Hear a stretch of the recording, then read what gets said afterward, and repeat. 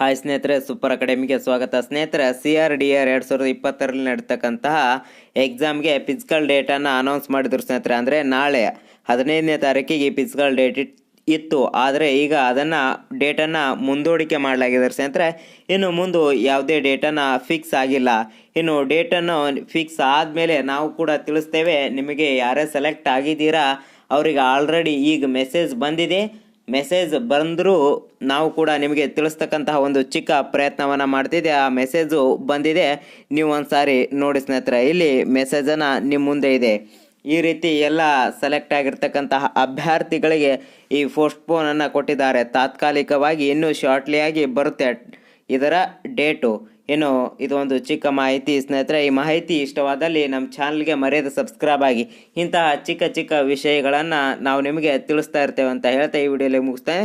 Jai Hind, Jai Karnataka.